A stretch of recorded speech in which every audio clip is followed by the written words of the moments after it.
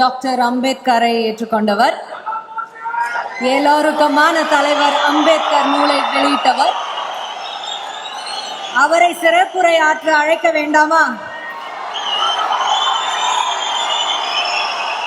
தமிழக வெற்றி கழகத்தின் தலைவர் திரு விஜய் அவர்களை அழைக்கிறோம். Sir, please join us, sir.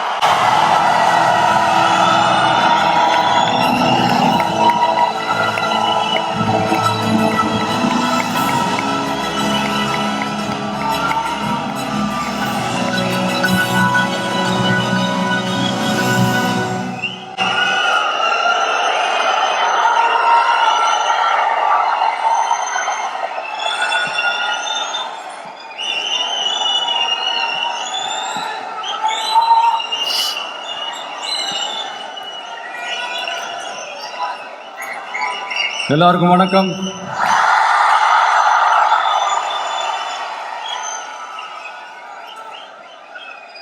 அண்ணல் அம்பேத்கர் அவர்களுடைய இந்த நூல் வெளியீட்டு விழாவில் கலந்துக்கிறது, அதுவும் இந்த முக்கியமான நாளில் கலந்துக்கிறது எனக்கு கிடைச்ச மிகப்பெரிய ஒரு வரமா நான் நினைக்கிறேன். விகடன் குழும நிறுவன தலைவர் திரு ஸ்ரீனிவாசன் அவர்கள், அண்ணல் அம்பேத்கர் அவர்களுடைய பேரன் திரு ஆனந்த் டெல்டும்டே அவர்கள், நீதியரசர் ஓய்வு பெற்ற நீதியரசர் திரு சந்துரு அவர்கள், திரு ஆதவ் அர்ஜுனா அவர்கள், என் நெஞ்சில் குடியிருக்கும்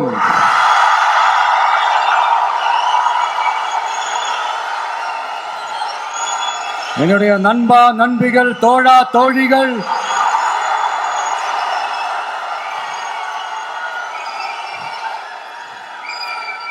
உங்க எல்லாரு கூடவும் இவங்க எல்லாரு கூடவும் இந்த ஸ்டேஜில் நானும் இருக்கிறது எனக்கு ரொம்ப பெருமையா இருக்கு. முக்கியமா இப்படி ஒரு ஃபங்க்ஷனை ஏற்பாடு பண்ணி எனக்கு அந்த வாய்ப்பை கொடுத்த விகடன் குழுமத்திற்கு என்னுடைய மனமார்ந்த நன்றிகளை தெரிவிச்சுக்கிறேன்.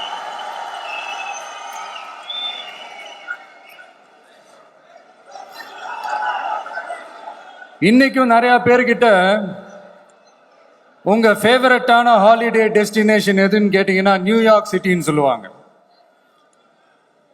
ஏன்னா அங்க போய் ஒரு 2-3 நாள் தங்கிட்டு வர்றதே அது ஒரு பெரிய ஸ்டேட்டஸ் ஆகவும் ஒரு பெரிய அச்சீவ்மெண்ட் ஆகவும் நினைப்பாங்க. ஆனா 100 வருஷத்துக்கு முன்னாடியே நியூயார்க்லாம் போய் அங்க உலக புகழ் பெற்ற கொலம்பியா யூனிவர்சிட்டிலலாம் போய் படிச்சு டாக்டர் பட்டம் வாங்கி சாதிச்ச ஒரு அசாத்திய மாணவர் ஒருத்தர் இருந்தார். அது கூட பெருசு இல்லை, அவர் எந்த சூழ்நிலையில அங்க போய் படிச்சு சாதிச்சாருன்றதான் மிகப்பெரிய விஷயம். அன்னைக்கு அந்த மாணவரை, நீ இந்த சாதியில பிறந்திருக்கிற, உனக்கெல்லாம் படிக்கிறதுக்கெல்லாம் தகுதி இல்லை, நீ எல்லாம் எதுக்கு ஸ்கூலுக்கு வர, அப்படி இப்படின்ட்டு அவர் வாழ்ற சமூகமே அவரை தடுத்துச்சு. அதையும் மீறி அந்த மாணவர் பள்ளிக்கூடம் போனா சக மாணவர்களுடன் சரிசமா உட்கார்ந்து படிக்க அவருக்கு அனுமதி இல்லை. தாக எடுத்தா தண்ணி கூட குடிக்க முடியல. அப்படி அத்தனை சக்திகளும் அவருக்கு எதிராக இருந்தது. ஆனா ஒரே ஒரு சக்தி மட்டும்தான், நீ படி, எத்தனை தடைகள் வந்தாலும் படி, தொடர்ந்து படி அப்படின்னு சொல்லிக்கிட்டே இருந்தது. அதுதான் அந்த மாணவருக்குள்ள இருந்த அந்த வைராக்கியம். அந்த சின்ன வயசுல அந்த மாணவருக்குள்ள எப்படி அப்படி ஒரு வைராக்கியம் வந்துச்சுன்னு நினைச்சு பார்க்கும்போது உண்மையிலே பிரமிப்பா தான் இருந்துச்சு. அந்த வைராக்கியம் தான் அந்த மாணவரை பிற்காலத்துல இந்த நாட்டோட ஒரு தலை சிறந்த இன்டெலெக்சுவலா டிரான்ஸ்ஃபார்ம் ஆகிறதுக்கும் காரணமா இருந்துச்சு. எனக்கு தெரிஞ்ச உலக வரலாற்றிலே இப்படி ஒரு டிரான்ஸ்ஃபர்மேஷனை யாரும் பார்த்திருக்க மாட்டாங்க. அந்த மாணவர் வேற யாரும் இல்ல, நம்மளுடைய அண்ணல் அம்பேத்கர் அவர்கள் தான்.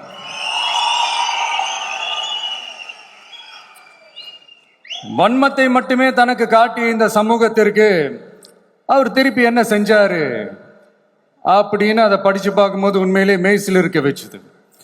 பிறப்பால் நாம் அனைவரும் சமம், நீ எந்த சாதியில பிறந்திருந்தாலும் எந்த மதத்தை பின்பற்றினாலும் சட்டத்தின் முன் நாம் அனைவரும் சமம் அப்படிங்கிற ஒரு உயரிய கோட்பாட்டை உறுதி செய்யும் நம் நாட்டின் அரசியல் சாசன சட்டத்தை வழங்கி நம்ம நாட்டில் இருக்கிற எல்லாருக்குமே ஒரு பெருமை தேடி தந்தவர். இன்னைக்கு ரிலீஸ் பண்ற இந்த புக்ல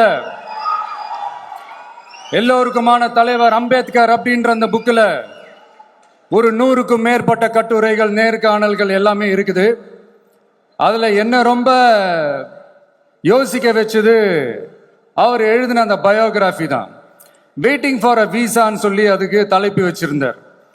அதுல அவர் லைஃப்ல ஃபேஸ் பண்ண விஷயங்கள், அவரை பாதிச்ச விஷயங்கள் எல்லாமே கிட்டத்தட்ட ஒரு 6 சம்பவங்கள் பத்தி அதுல குறிப்பிட்டிருந்தார். அதுல ஒரு 2 விஷயம் என்ன ரொம்ப பாதிச்சது என்னன்னா, அதுல ஒண்ணு, அவருக்கு 9 இயர்ஸா இருக்கும் போது அவரும் அவருடைய பிரதரும் வெளியூர்ல இருக்கிற அவங்க அப்பாவை பார்க்கறதுக்காக போறாங்க. அப்ப ட்ரெயின்ல இருந்து இறங்கி இந்த மாட்டு வண்டிக்காக வெயிட் பண்ணிட்டு இருக்கும்போது ஒருத்தர் கூட அவங்கள ஏத்திட்டு போறதுக்கு தயாரா இல்லை. ஏன்னா அந்த அளவுக்கு தீண்டாமை கொடுமை. அப்புறம் கொஞ்சம் எக்ஸ்ட்ரா பணம் காசெல்லாம் கொடுக்குறோன்னு ஒரு வண்டிக்காரர் ஒத்துக்கிறார். அப்ப கூட அந்த வண்டிக்காரர் என்ன பண்றாருன்னா, அந்த பசங்களை வண்டி ஓட்ட சொல்லிட்டு இவரு தீட்டுப்பட்டுடும்னு சொல்லி வண்டியில ஏறாம நடந்து போறாரு. அந்த நாள் முழுக்க அந்த பசங்களுக்கு குடிக்க தண்ணி கூட கொடுக்காம அந்த டிராவல் எவ்வளவு கொடுமையா இருந்துச்சுன்னு சொல்லி அதுல மென்ஷன் பண்ணியிருந்தார். 2வது, அதே அம்பேத்கர் அவர்கள் அமெரிக்கா, பிரிட்டன்ல எல்லாம் போய் படிச்சு டாக்டர் பட்டம்லாம் வாங்கி சாதிச்சு ஒரு பெரிய வழக்கறிஞரா இந்தியாவுக்கு திரும்ப வராரு. அப்போ மும்பைக்கு பக்கத்துல ஒரு கிராமத்துக்கு அவரை கூப்பிடுறாங்க. அப்போ அவர் ஒரு அரசாங்க பொறுப்புல இருக்கிறாரு. அந்த கிராமத்துக்காரங்க ஒரு வண்டியை ஒன்று ஏற்பாடு பண்ணி அவரை கூட்டிட்டு வரணும்னு நினைக்கிறாங்க. ஆனா அந்த வண்டி ஓட்டுறவர் அவருக்கு சமமா உட்காந்து வண்டி ஓட்டுறதுக்கு யோசிக்கிறார், மறுக்கிறார். ஒரு லண்டனுக்கு போய் ஒரு பாரிஸ்டர் பட்டம் வாங்கிய அம்பேத்கரை விட ஒரு வண்டி ஓட்டுறவர் தன்னை உயர்ந்தவனா நினைக்கிறார். அதுதான் அந்த சமூக கொடுமை தான் அவரை சமத்துவத்துக்காக போராட வச்சுது. எனக்கு ஒரு டவுட்டுங்க, இன்னைக்கு திரு அம்பேத்கர் அவர்கள் உயிரோடு இருந்திருந்தா என்ன நினைப்பாரு? இன்னைக்கு இருக்கிற நம்ம இந்தியாவை பார்த்து அவர் பெருமைப்படுவாரா, இல்ல வருத்தப்படுவாரா, இல்ல அப்படியே வருத்தப்பட்ட எதை நினைச்சு வருத்தப்படுவாரு? இன்னைக்கு நம்ம நாடு முழு வளர்ச்சி அடையணும்னா ஜனநாயகம் காக்கப்படணும். அந்த ஜனநாயகம் காக்கப்படணும்னா அரசியல் அமைப்பு சட்டம் காக்கப்படணும். அதுக்கான பொறுப்பு, அந்த கடமை நம்ம ஒவ்வொருத்தருக்கிட்டையும் இருக்கணும்னு தோணுச்சு. அந்த பொறுப்போடும் அந்த கடமையோடும் தான் இதை நான் ஆணித்தரமா சொல்றேன். ஜனநாயகத்தை நாணிவேர் ஃப்ரீ அண்ட் ஃபேர் எலெக்ஷன்ஸ், சுதந்திரமான மற்றும் நியாயமான தேர்தல். தேர்தல் நியாயமா நடக்கலன்னு நான் சொல்ல வரல, பட் சுதந்திரமாகவும் நியாயமாகவும் தான் தேர்தல் நடக்குது அப்படிங்கிற அந்த அசைக்க முடியாத நம்பிக்கை நம்ம ஒவ்வொரு இந்தியனுக்கும் இருக்கணும்னு தோணுச்சு.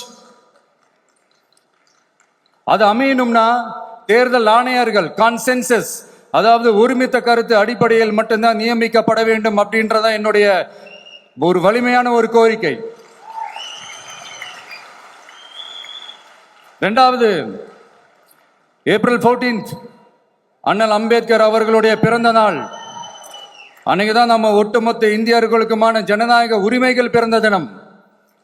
அதனால அந்த டேட்டை இந்தியாவோட ஜனநாயக உரிமைகள் தினமா அறிவிக்கணும்.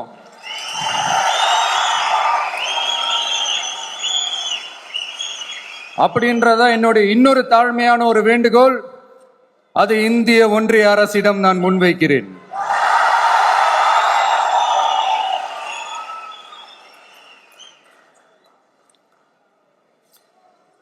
அம்பேத்கர் அவர்களை பத்தி யோசிக்கும் போது கண்டிப்பா சட்டம் ஒழுங்கு, சமூக நீதியை பத்தி யோசிக்காம இருக்கவே முடியாது. இன்னைக்கு மணிப்பூர்ல என்ன நடக்குதுன்னு நம்ம எல்லாருக்குமே தெரியும். ஆனா அதை பத்தி கொஞ்சம் கூட அதை கண்டுக்காம ஒரு அரசு மேல இருந்து நம்மளை ஆண்டுகிட்டு இருக்கு.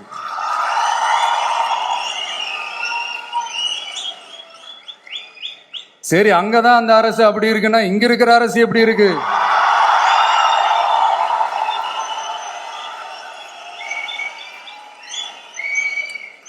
இங்க நம்ம தமிழ்நாட்டில் வேங்கை வயல்னு ஒரு ஊர்ல என்ன நடந்துச்சுன்னு நம்ம எல்லாருக்குமே தெரியும். சமூக நீதி பேசுற இங்க இருக்கிற அரசு அதுக்கு எந்த விதமான ஒரு நடவடிக்கை எடுத்த மாதிரியே எனக்கு தெரியலையே. இவ்வளவு காலங்கள் தாண்டி, இத்தனை வருஷங்கள் தாண்டி ஒரு துரும்ப கூட கிள்ளி போடலையே. அதுதான் இதெல்லாம் இன்னைக்கு அம்பேத்கர் அவர்கள் இன்னைக்கு பார்த்தாருன்னா வெக்கப்பட்டு தலை குனிஞ்சு போவார்ல. கரெக்ட், நம்ம நடக்கிற பிரச்சனைகள், நடக்கிற கொடுமைகளுக்கெல்லாம் நம்ம குரல் கொடுக்கணும். ஆனா நடக்கிற பிரச்சனைகள் 1 2 பெண் குழந்தைகளுக்கு எதிரா, பெண்களுக்கு எதிரா, ஏன் மனித உயிர்களுக்கு எதிரா? இதெல்லாம் நம்ம பார்க்கிறோம், படிக்கிறோம், மற்றவங்க கிட்ட இருந்து கேட்டு தெரிஞ்சுக்கிறோம். இதுக்கெல்லாம் ஒரு நிரந்தரமான ஒரு தீர்வு என்ன தெரியுமா? ரொம்ப சிம்பிள் தான். நம்ம தமிழ்நாட்டு மக்களுக்கு தேவையான அடிப்படை வசதிகளை பாதுகாப்புடன் முழுமையாக அளிக்கும் மக்களை உண்மையாகவே நேசிக்கிற ஒரு நல்ல அரசு.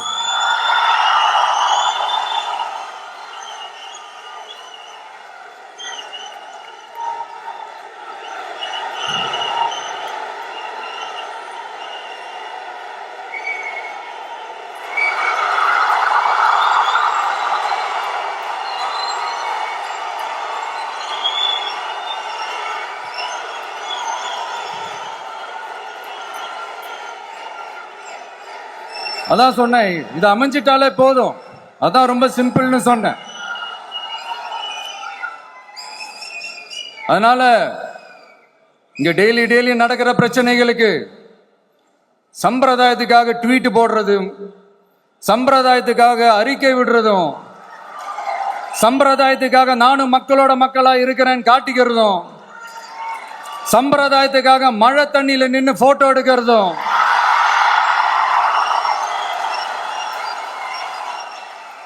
எனக்கு அதுல கொஞ்சம் கூட உடன்பாடே இல்லை.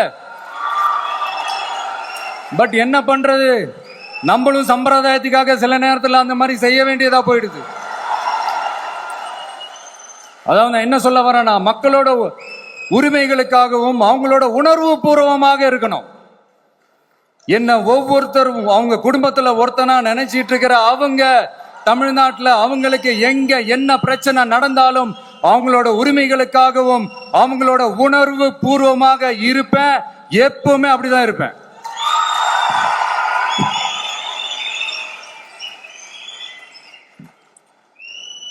மக்கள் உணர்வுகளை மதிக்க தெரியாத, மக்களுக்கு அடிப்படை சமூக நீதியான பாதுகாப்பை கூட உறுதி செய்ய இயலாத, கூட்டணி கணக்குகளை மட்டுமே நம்பி இருமாப்புடன் 200 வெல்வோம்,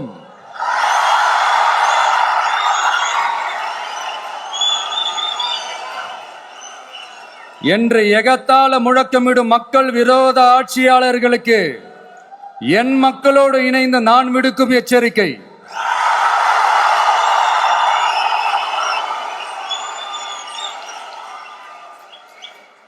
நீங்க உங்களோட சுயநலனுக்காக பல வழிகளில் பாதுகாத்து வரும் உங்கள் கூட்டணி கணக்குகள் அனைத்தும் 2026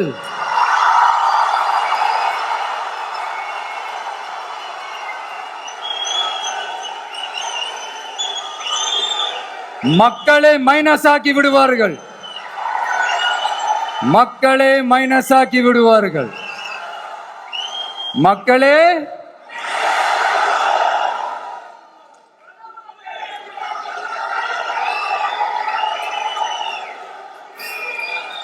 எனக்கு இந்த வாய்ப்பு கொடுத்த விகடன் குழுமத்திற்கும் வந்திருக்கும் பெரியோர்களுக்கும் சான்றோர்களுக்கும் மீண்டும் என்னுடைய வணக்கங்கள், மீண்டும் என்னுடைய நன்றிகள். கடைசியா ஒரே ஒரு விஷயம், விடுதலை சிறுத்தைகள் தலைவர் திரு தோல் திருமாவளவன் அவர்கள்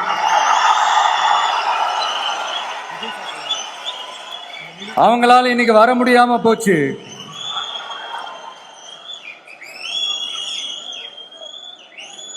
அம்பேத்கர் அவர்களுடைய புத்தக வெளியீட்டு விழாவிற்கு கூட அவரால் கலந்துக்க முடியாத அளவிற்கு